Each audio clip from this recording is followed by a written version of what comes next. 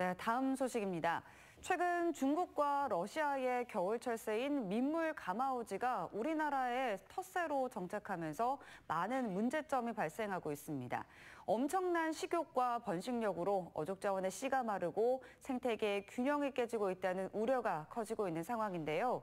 이런 상황에 어민과 일부 자치단체들이 민물 가마우지를 유해 조수로 지정해 개체수 조절에 나서야 한다고 주장하면서 논란이 커지고 있습니다. 민물 가마우지로 인해 얼마나 많은 피해가 발생하고 또 그 해법은 무엇이 있는지 알아봤습니다.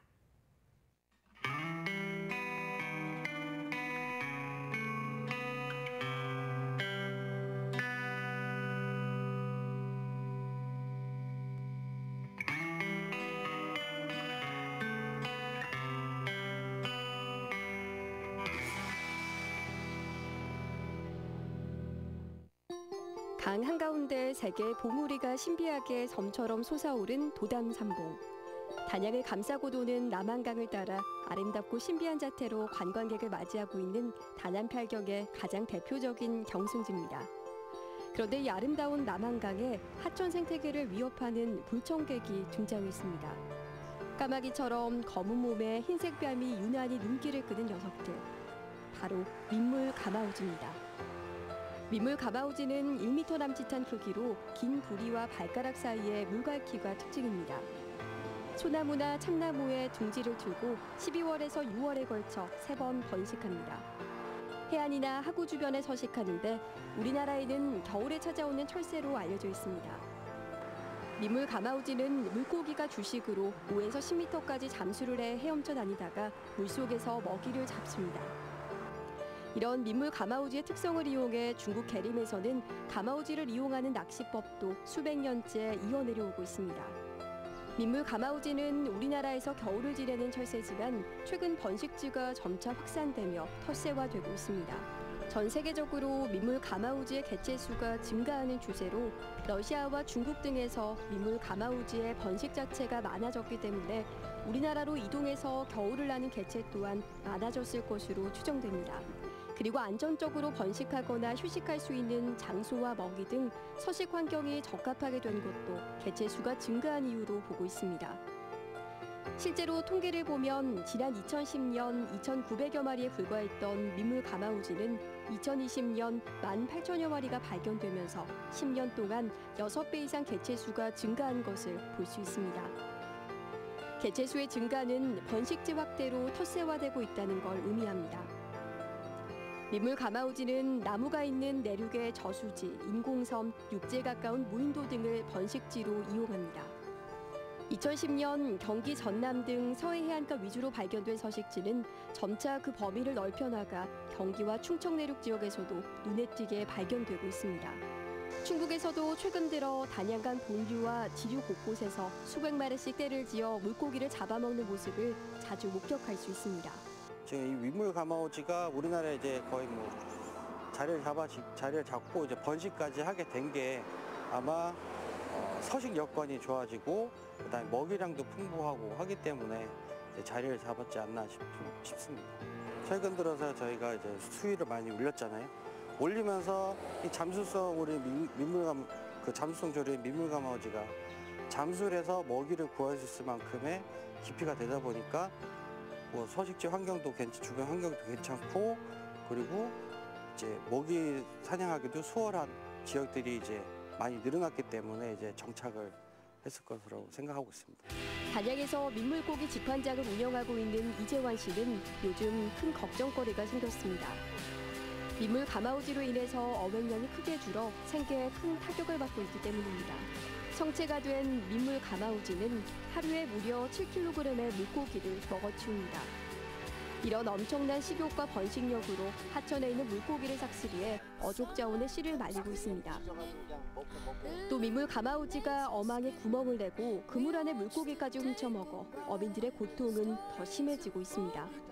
은어라든지 뭐 이런 거는 아주 싹 잡아먹어가지고 지금 어획량이 너무 줄고 있어요. 그리고 이제 뭐 하여간 어망을 다 찢어버리고 그러니까 피해가 엄청나죠. 실제로 지난달 18일 단양군 내수면 어업통계에 의하면 2018년 52,858kg이었던 어획량이 지난해 48,884kg으로 감소했습니다. 단양의 대표적 어종인 쏘가리 역시 8,081kg에서 5,450kg으로 30% 이상 급감한 것을 볼 수 있습니다. 이렇게 어획량이 급감한 배경에는 수중구 건설로 인해 물고기가 상류로 올라오지 못하는 이유도 있겠지만 무엇보다 민물 가마우지의 급증으로 어획량 감소가 더 크다는 게 어민들의 설명입니다. 잡어라든지 이런 게 이제 전혀 없어지는 실정이니까 쏘가리나 이런 거는 그 생물 살아있는 고기만 먹기 때문에 모래무지나 메자 이런 게 잡어 종류가 없어지면 쏘가리도 살지를 못한다고 봐야죠. 그래서 이게 지금 큰 문제예요. 큰 문제고 이게 어업인들도 물론 필요하지만 정부 차원에서 이거는 좀 뭔가 대책을 세워야 되지 않겠나 하는 생각이 듭니다. 민물 가마우지의 증가로 인한 부작용은 또 있습니다. 푸른 강 한가운데 앙상한 가지만 남은 나무들이 눈에 띕니다. 눈이 내린 것처럼 나뭇가지들마다 하얗게 물들어 있고 나뭇잎이 있어야 할 자리엔 이렇게 둥지만이 자리 잡고 있습니다. 수많은 가마우지들이 서식을 하면서 배설물이 쌓여 하얗게 변하는 백화 현상이 나타난 겁니다. 가마우지에 점령당한 나무들은 하나같이 을씨년스러운 분위기를 풍기고 있습니다.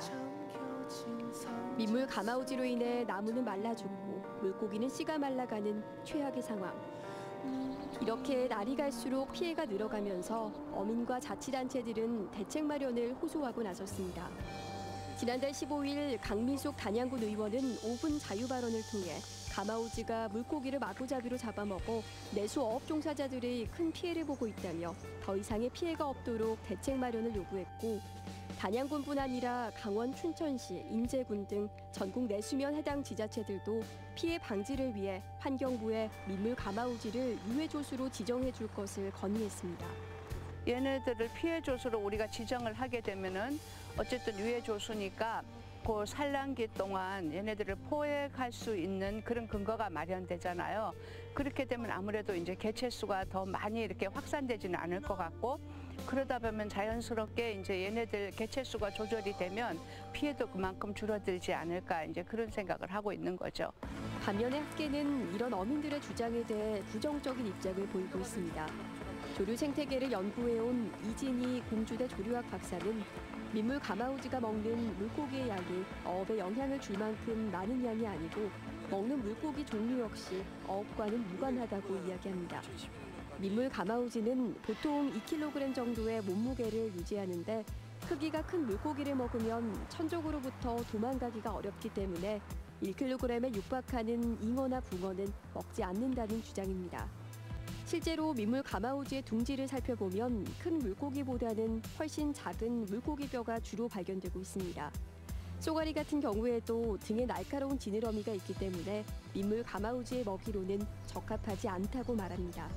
한 둥지에 새끼 4마리 키우고 있으면 한 마리당 먹이 전달하는 횟수는 하루에 한 번 또는 2번 정도 전달하는데요.